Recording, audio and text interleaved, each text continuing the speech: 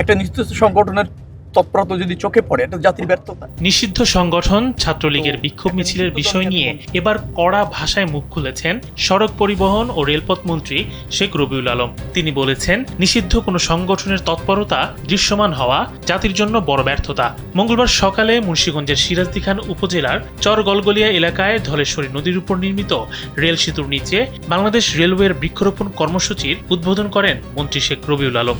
সেখানে সাংবাদিকদের সাথে আলাপকালে তিনি শরীয়তপুরে নিষিদ্ধ সংগঠনের সাম্প্রতিক মিছিল প্রসঙ্গে কথা বলেন। তিনি আরো পরিষ্কার করে বলেন, একটি রাজনৈতিক দল নিষিদ্ধ হওয়ার বিষয়টি জাতি কিভাবে দেখছে সেটাই আসল প্রশ্ন। লোডশেডিং কিংবা ঘরের বাইরের তীব্র গরমে ওয়ালটন রিচার্জেবল ফ্যান থাকলে থাকবে শুধু বাতাস আর বাতাস।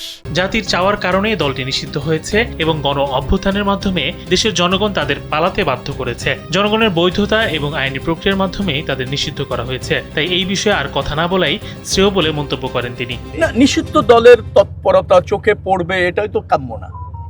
একটা নির্দিষ্ট সংগঠনের তৎপরতা যদি চোখে পড়ে, এটা জাতির ব্যর্থতা। তো একটা নিষিদ্ধ দল নিয়ে আমি মন্তব্য করতে চাই না। একসময় একটা রাজনৈতিক দল ছিল এবং জন আকাঙ্ক্ষা এবং জনগণের প্রতিপক্ষ হয়ে ফাংশন করতে গিয়ে আজকে পরিত্যক্ত, জনগণ কর্তৃক বর্জিত, সর্বশেষ নিষিদ্ধ। তো নিষিদ্ধ মানে নিষিদ্ধই। এখন বলবেন যে একটা রাজনৈতিক দলে নিষিদ্ধ, এটা আমরা জাতি কিভাবে দেখে? জাতি নিষিদ্ধ চেয়েছে বিধায় নিষিদ্ধ হয়েছে এবং জাতি নিষিদ্ধ হওয়ার জন্য গণ অভ্যুত্থান করেছে, দেশ থেকে ভেগে যেতে বাধ্য করেছে।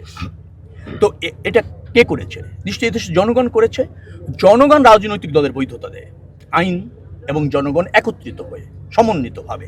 এখন জনগণও তাদেরকে নিষিদ্ধ করেছে এবং আইনও তাদের নিষিদ্ধ করেছে। অতএব নিষিদ্ধ কোনো বিষয় নিয়ে কথা না বলাই শ্রেয়।